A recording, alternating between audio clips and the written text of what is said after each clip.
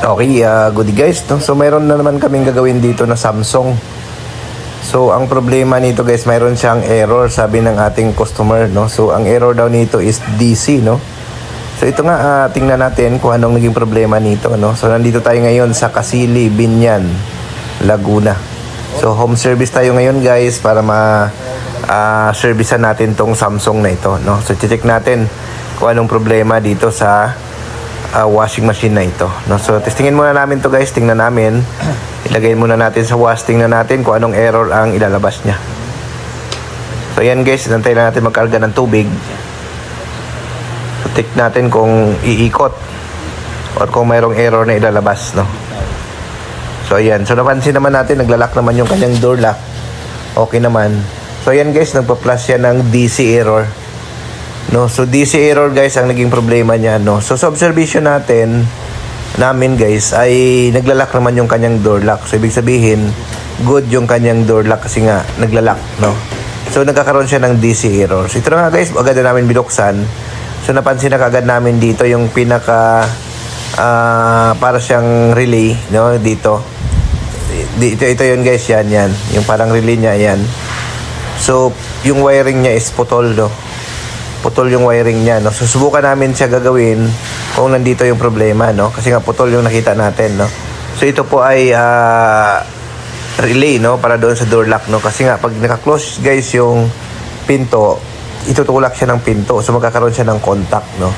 So i-check natin, no? Kung yun lang naging problema. So yan nga, inaayos lang namin guys yung socket, no?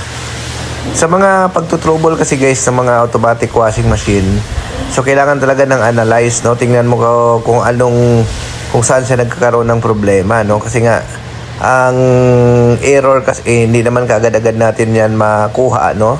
Lalo na sa Samsung, no? Tulad nito DC error, kadalasan ang DC error is yung door lock ang problema. Yan, tingnan mo kung nagla-lock ba yung door lock, nag-unlock ba, no? So yun po ang pagtutrouble pagdating sa mga front load. So ito, dudugtong lang muna natin to, no? Yung putol. Tapos tingnan natin kung okay na, no? So i-check natin, no? So una talaga natin natitingnan dito yung kanyang harness, no? Or yung mga wiring, no? Kasi nga usually yung mga washing machine, paborito talaga ng mga daga na ngat-ngatin yung mga wiring niyan, no? So yun lagi ang nagbibigay ng trabaho sa mga technician, yung mga daga, no? So sila lagi yung nagbibigay ng trabaho. So kaya yun ang lagi nyo i-check, no? Yung mga wiring connection, number 1 yung i-check, no? Then kapag na-check nyo na, so doon nyo na siya i-analyze, no? So sa pag-check guys, wiring connection, mga socket, baka corroded na, yung mga lost contact. So isa din yan kasi sa mga cause ng mga errors, no? So kailangan lang matyaga sa pag-check, no? Pagdating sa mga washing machine. So huwag kayo mag-focus doon sa mga error na ito kaagad, no? Kailangan nyo ng actual check talaga, no? Kasi mahirap, maraming nagme-message sa atin guys, no? Na nagsasabi na ito yung error. So marami kasi, bawat error kasi hindi agad na sa isang error lang yung parts na kaagad yung sira, no? Marami, no? Pwede yung socket ng parts, pwede yung wiring ng parts, no? Or yung connection ng parts, pwede rin, no? So yan, hihinangin namin to guys, no? Para maayos yung pagka-connect natin. So yun, no? So tiyagaan lang guys, no? Kung gusto nyo talagang matuto pagdating sa automatic washing technician, aralin nyo lang guys, no? Aralin nyo lang, then sa araw-araw nyong ma-encounter yan, matutunan nyo rin yan. So kami before nag-start kami, wala, zero knowledge din naman kami. So talagang ang kailangan lang talaga dito guys, analyze, no? I-analyze nyo kung saan nanggaling yung problema, no? So yun, ayan, so ito na nga, ibabalik na natin to guys. Tingnan natin kung magkakaroon pa siya ng problema, no? So ayan, ibabalik natin to. So ayan, so kung gusto nyo guys magpa-service sa amin, no? Nag-home service kami ng Cavite, Laguna, Batangas hanggang Paranaque guys, no? So ayan na nga guys, no? Hindi pa muna namin tinesting kasi napansin namin dito mayroon pa dito mga wiring na parang putol, no? Na disconnect, no? So iayusin muna natin, no?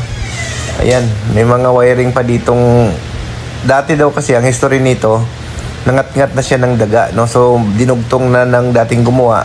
So usually guys, yung mga dinugtong ng dating gumawa, ay nagkakaroon yan ng mga corrosion, no? So i-check nyo rin yan, no? So ayan na nga, no? After namin siya ma-check, ayan, okay na, working na ito, guys. So ang naging issue niya lang talaga, guys, harness.